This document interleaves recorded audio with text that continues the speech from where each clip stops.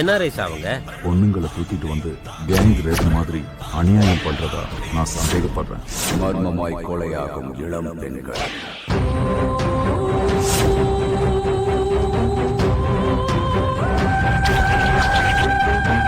ஒரு பக்கம் அமானுஷ்யம், இன்னொரு பக்கம் விஞ்ஞானம். என்ன நடக்குதுன்னே புரியல. அறிவியலும் அமானுஷ்யமும் கலந்த குற்றங்கள். இந்த காலத்து பொண்ணுங்க எல்லாம் வேற லெவல். சந்தோஷுக்கு நீங்க ஒரு அம்மாவை கூட மாறுவீங்க. ஐயோ, மகன் காதலிக்கும் பெண்ணிடம் ப்ரப்போசல் வைக்கும் அப்பா. எனக்கு டைம் ஆகுது, மெடிசன் கொடுங்க. இது ஒரு விதமான cross breeding technical work. What? ஒரு ப்ராசஸ். யார் நீ? பல வருடமாய் இளமையாகி இருக்கும் மர்ம பேர். எல்லாமே மர்மமான மரணங்கள். அட்டைப்பட்டியில போட்டுருக்காங்க.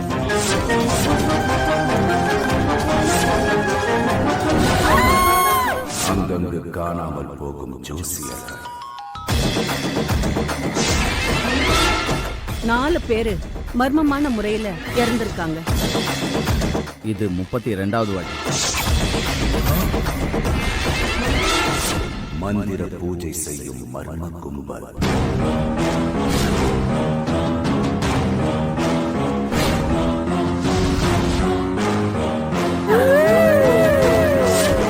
பின்னணியில் ஒரு மந்திர கிழமை.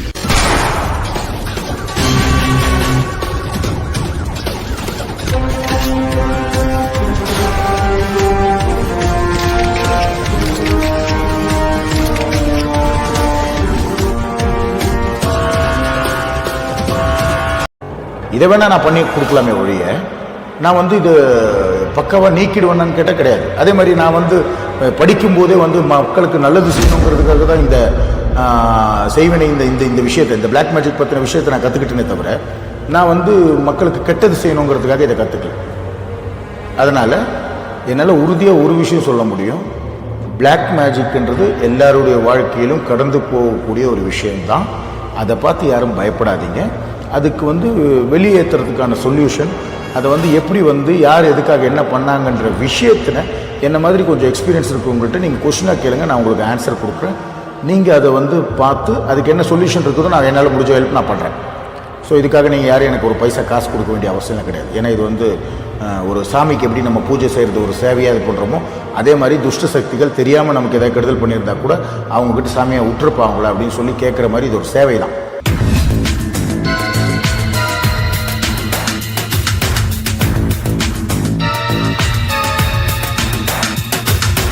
செய்வினியால் ஒருத்தவங்க பாதிக்கப்பட்டிருக்காங்களா அப்படின்னு தெரிஞ்சுக்கிறதுக்கான முதல் பாயிண்ட், உங்களுக்கு சரியாக தூக்கம் வராது அப்படிங்கிறீங்கன்னா.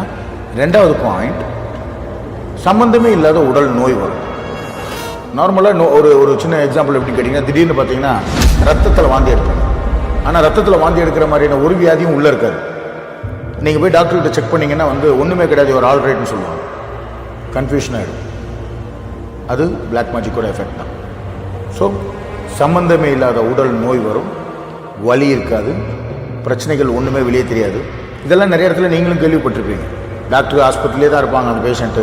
டாக்டர் சொல்லுவாங்க அவனுக்கு ஒன்றுமே ஒன்றுமே ஆகலைன்னு சொல்லுவாங்க.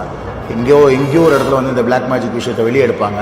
எடுத்த பிறகு பார்த்தீங்கன்னா கிட்னி கெட்டு போயிருக்கும், லிவர் கெட்டு போயிருக்கும், வந்து ஹார்ட்டு கெட்டு போயிருக்கும், எல்லாமே கெட்டு போயிருக்கும், ஆள் செத்துருவான்.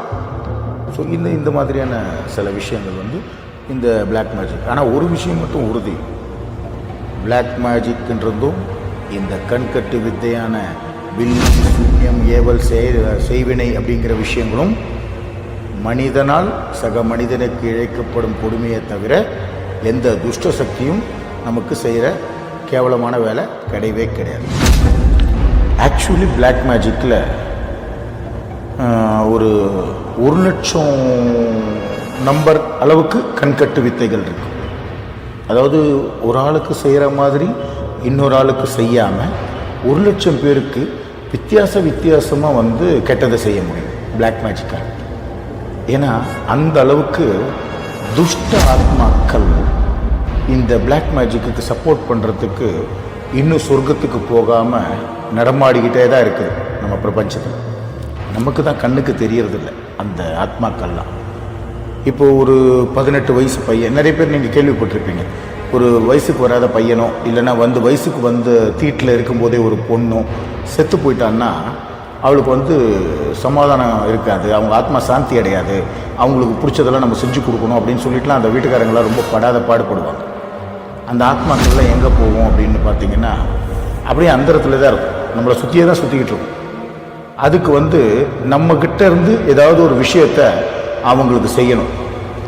இப்போ ஒரு உதாரணம், அதில் ஒரு கேரக்டருக்கு ஒரு ஆத்மாவுக்கு நம்மளை பிடிக்கலன்னு வச்சுங்களேன், அந்த நேரத்தில் நம்மளை உண்மையிலேயே பிடிக்காத இன்னொருத்தன் அந்த துஷ்ட ஆத்மா கிட்ட தன்னோட ஏவலா நீ வேலை செய்யறியா அப்படின்னு கேட்க வச்சான்னு வச்சுங்க, அந்த ஆத்மா நமக்கு கெட்டது பண்ணுறதுக்கு ரெடி ஆகும்.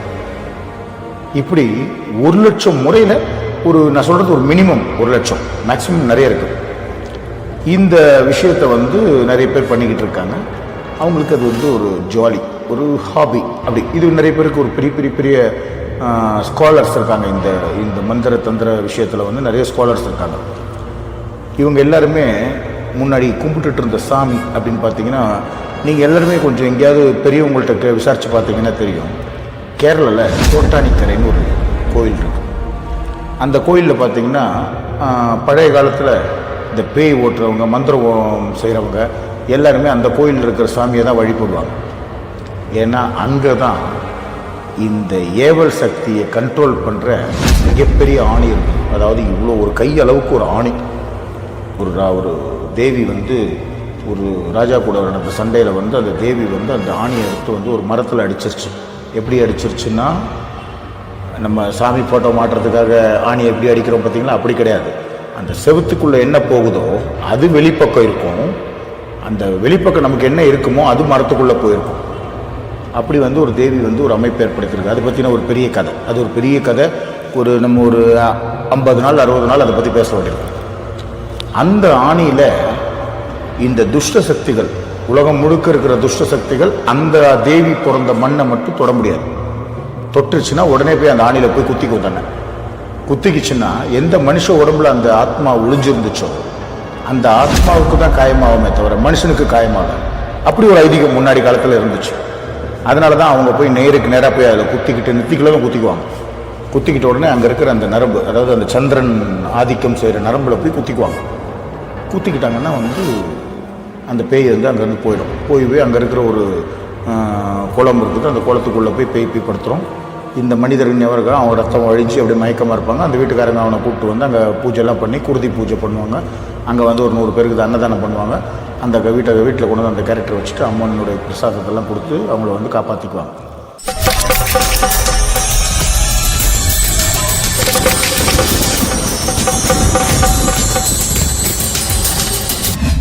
இப்படிலாம் நடந்துக்கிட்டு இருந்த காலகட்டத்தில் இந்த துஷ்ட ஆத்மாக்கள் இந்த பிளாக் மேஜிக்கு சப்போர்ட் பண்ணுறதெல்லாம் அங்கங்கே நடந்துக்கிட்டே இருந்துச்சு. இது வந்து தனிப்பட்ட முறையில் ரிசர்ச் பண்ணுறவங்க ஒரு 1 கோடி பேர் 2 கோடி பேர் பாப்புலேஷன் இருந்த காலகட்டத்தில் ஆரம்பித்த ஒரு பிரச்சனை இது. இப்போ இன்றைக்கி வந்து நம்ம இந்தியாவிலே 130 கோடி ஜனங்கள் இருக்காங்க. இவங்களில் எத்தனை பேருக்கு எத்தனை இறந்தவங்க கெடுதல் பண்ணுறதுக்கு இருக்காங்க, எத்தனை இறந்த ஆத்மாக்களை வச்சுக்கிட்டு எத்தனை பேர் உயிரோடு இருக்கிறவங்களுக்கு கெடுதல் பண்ணுறவங்க இருக்காங்கன்றதெல்லாம் வந்து நம்ம யாரும் கண்டுபிடிக்க முடியாது. அதனால தான் இந்த பிரச்சனை இது வரைக்கும் வெளியே யாருக்குமே டிஸ்கஸ் பண்ண முடியாமையே இருக்கு. அதாவது ஒருத்தவங்களுக்கு செய்வினை செய்கிறாங்க அப்படின்னா அவங்கள பற்றி நீங்கள் வந்து சொல்லிட்டீங்கன்னாலே, அவங்கள பற்றி நீங்கள் கண்டுபிடிச்சிட்டிங்கன்னு தெரிஞ்சாலே உங்களுக்கு செய்வினை செய்ய ஆரம்பிச்சுவான். இதுக்கு பயந்துக்கிட்டே ஐயோ அவன் செய்வனை செய்கிறவன்னு தெரிஞ்சால் கூட ஐயோ அவனோட நமக்கு எதுக்குப்பா வம்பு, நம்ம குழந்தை குட்டிகளோட நல்லா இருப்போமோ, இல்லை இந்த இடத்துல வீடை காலி பண்ணு அப்படின்னு சொல்லிட்டு போயிடுவாங்க நிறைய பேர். ஏன் நான் இதெல்லாம் சொல்கிறேன்னா, இந்த பிளாக் மேஜிக்கை பற்றி விஷயம் தெரிஞ்சவங்க யாருமே வெளியே சொல்கிறதே இல்லை. எனக்கு இதில் ஒரு சின்ன இன்ட்ரெஸ்ட். நான் வந்து இந்த விஷயத்தை பற்றி பப்ளிக்கு சொல்லணும்னு ஆசைப்பட்டேன். அதனால் இதை பற்றின விஷயத்தை ஃபுல்லாக படித்தேன், அதை உங்களுக்கெல்லாம் தெரியப்படுத்துகிறேன். இப்போது நான் வந்து நேருக்கு நேராக சந்திக்கிறதுக்கு வந்து கொஞ்சம் ஒரு பயம் எனக்கும் இருக்குது. ஏன்னா இந்த துஷ்ட வேலைகள் செய்கிறவங்க அவங்க பணம் சம்பாதிக்கிறதுக்காக இப்போ இந்த பிஸ்னஸை வச்சுக்கிட்டாங்க. அவங்களுக்கு வந்து ஒரு வேளை நான் வந்து கெட்டவனாக மாறிடலாம். அதனால் நான் என்ன பண்ணுறேன்னா, மெயிலில் அவங்க பிரச்சனை அனுப்புனாங்கன்னா நான் பிரச்சனைக்கு கூட பதில் சொல்கிறேன், எனக்கு காசு பண்ண தேவையில்லை. இந்த பிளாக் மேஜிக் பற்றின பல விஷயங்களை காமன் பப்ளிக்காக இருக்கிற எல்லாருமே தெரிஞ்சுக்கணும். அப்போது அதில் வந்து என்னென்னலாம் வந்து பிளாக் மேஜிக்ன்றது நிறைய பேர் காமன் பப்ளிக்கு தெரியாது. அப்போது அது என்னங்கிறதெல்லாம் நான் ரிசர்ச் பண்ணி கண்டுபிடிச்சணும், அதெல்லாம் உங்களோட நான் ஷேர் பண்ணுவேன். அந்த மாதிரி ஒரு விஷயம் வந்து உங்களில் நடந்துருந்துச்சுன்னு வச்சுங்களேன், நீங்கள் வந்து அதை பற்றின டவுட்ஸை வந்து எங்களுடைய மெயில் ஐடியான பிளாக் மேஜிக் டவுட்ஸ் BLACKMAGICDOUBTS@gmail.com இந்த மெயிலில் வந்து நீங்கள் உங்கள் பிரச்சனையை வந்து உங்கள் நேம் போட்டு, உங்களுடைய ஃபோன் நம்பர் போட்டு, உங்களுடைய நேம் போட்டு, எனக்கு இந்த மாதிரி ஒரு பிரச்சனை, எனக்கு இந்த மாதிரி தோணுது, இதை பற்றின விளக்கங்கள் கொடுங்கன்னு நீங்கள் வந்து போட்டுருங்க. தேங்க்யூ, நன்றி, வணக்கம்.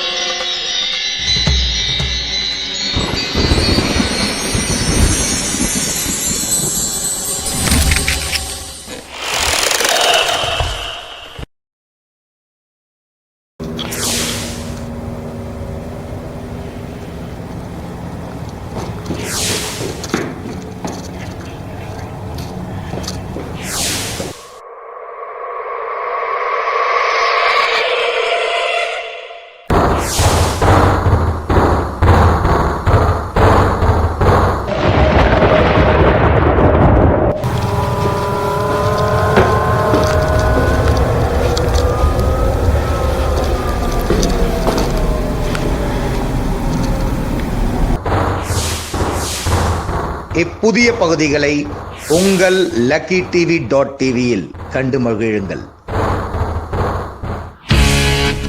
Entertainment guaranteed. Don't miss to subscribe luckytv.tv. If you enjoyed this video, kindly like, share, comment, and for further our interesting videos, subscribe our channel below.